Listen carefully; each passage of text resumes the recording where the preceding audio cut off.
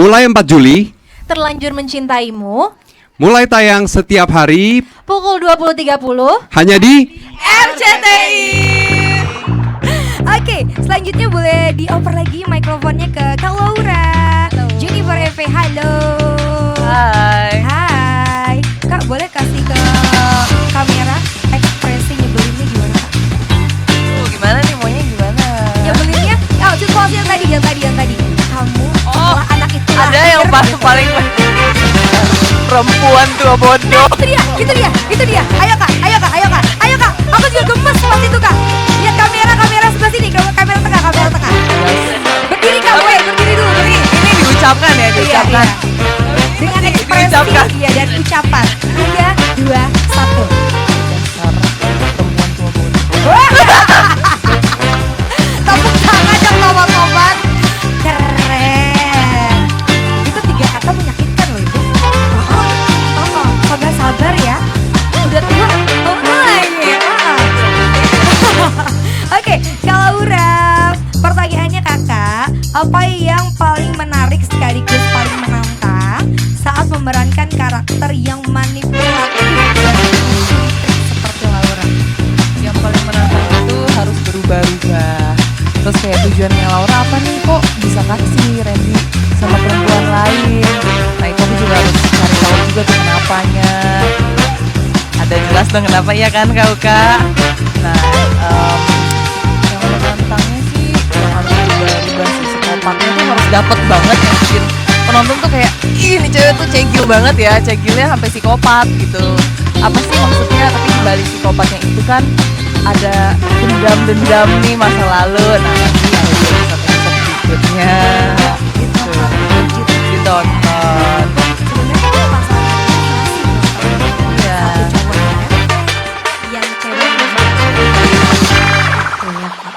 pertanyaannya nyambung karena coba gambarin satu kata menurut Jennifer yang menggambarkan Laura.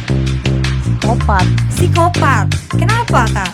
Karena mana ada cewek yang suruh suaminya ngambil anak orang terus diambil, dibikin kecelakaan, skemanya sampai segitunya gitu.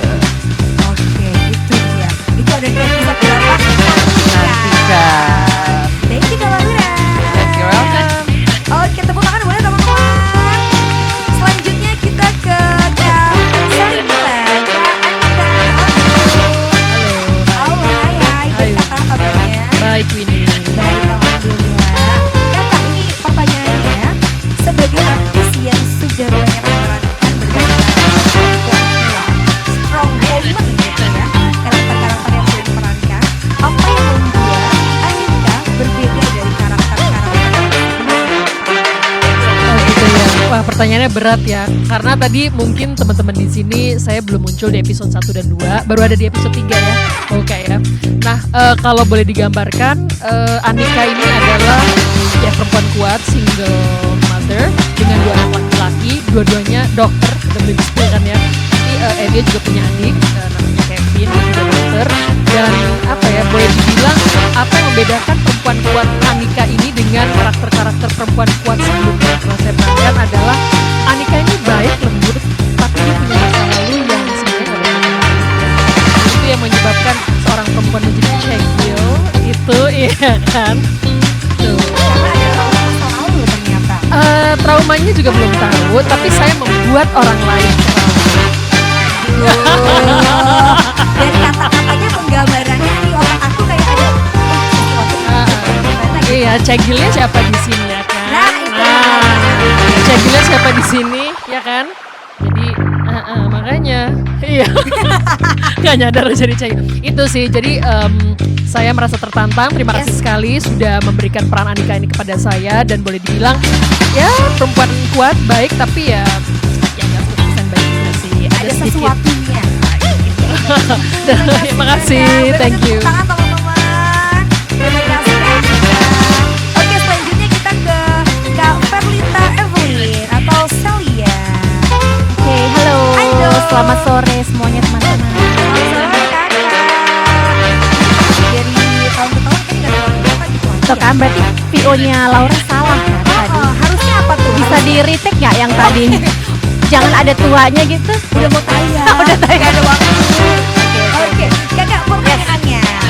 Menurut Mbak Perlita, apakah penonton nantinya akan lebih merasa marah, kasihan, atau justru berempati kepada Celia? Penonton bisa merasakan semuanya sepertinya nanti. Dan saya yakin karakter Celia ini bisa membawa emosi penonton naik turun. Gitu. Saya pun merasa seperti yang dimention Om Chico tadi. Om Cigon. Stripping itu kan memang ya tadi konsisten dan sangat dinamis. Maksudnya kenapa? Oh kita kan seangkatan. Jadi Kakak bisa diperjelas? ya nggak usah panjang. Oke, jadi memang kita setiap karakter di sinetron terlanjur karakternya juga dinamis. Terus saya meskipun baru episode awal jadi itu aja sudah buat aku tuh kayak seperti apa ya? Ternyata gini kaget. Saya aja yang memerankan Celia juga pas baca next episode-nya, oh ternyata gini banyak sekali plot twist-nya, khususnya di karakter aku ya gitu. Mungkin teman-teman yang lain juga punya plot twist-nya masing-masing. Cuman so far yang saya tahu sejauh ini ada satu kuncian gitu, ada satu plot twist yang cukup besar yang nanti saya nggak tahu akan diungkapkan di episode berapa, yang cukup dar-der-dor ya, gitu ada deh pokoknya gitu gebrakannya gitu. Jadi penonton juga ini diajak mikir gitu ya. Oh iya Gimana sebenarnya lebih baik atau jahat sih nih orang gitu. sebenarnya kalau secara karakter dia hanya rasional aja sih. Dia tidak bisa dibilang antagonis juga karena toh dia itu nggak suka aja sama Laura dan dia nggak jahat sama yang lain kan. Karenanya apa? Tonton nanti. Tonton nanti Faktor-faktornya kan apa? kalau dilihat kan sama maksudnya dia berinteraksi dengan Alex juga baik, terus sayangnya tulus gitu, dia dengan Bisiti pun bisa memperlakukan Bisiti itu yang tadi Dengan kerja di baik. rumah dengan baik gitu. Jadi sebenarnya dia nggak bisa dikategorikan antagonis ya. Tapi kenapa dia bisa biasanya sekarang apa julid ya? Iya juga. Tadi dialognya banyak yang kesel waktu aku bilang dia kurang gizi itu kan. Ya itu hanya ke Laura aja sebenarnya gitu. Jadi pertanyaan sebenarnya Laura, kamu udah apa sih Laura? Karena kita nih apa nih udah 3 in a row ya ketemu dengan lawan main yang sama dan udah 3 bulan ngapain ketemu Tiga project. dan selalu nggak pernah suka. Nggak pernah suka, selalu head to head sekali gitu karakter kita gitu. Jadi waktu ketemu lagi, pas ketemu lagi, oh ya udah nggak suka.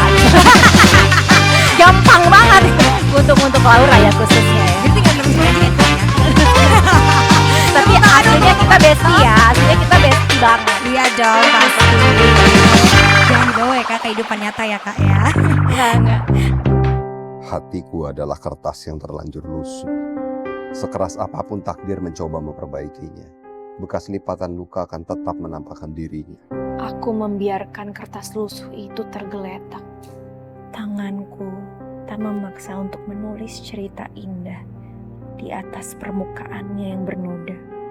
Di dunia ini, tangankulah yang sering menyelamatkan jiwa dan menghadirkan kehidupan di dunia.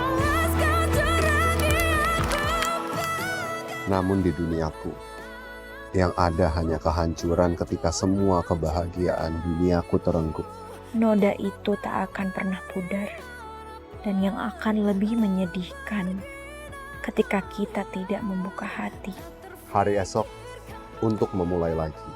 memperbaiki hati yang terlanjur luka.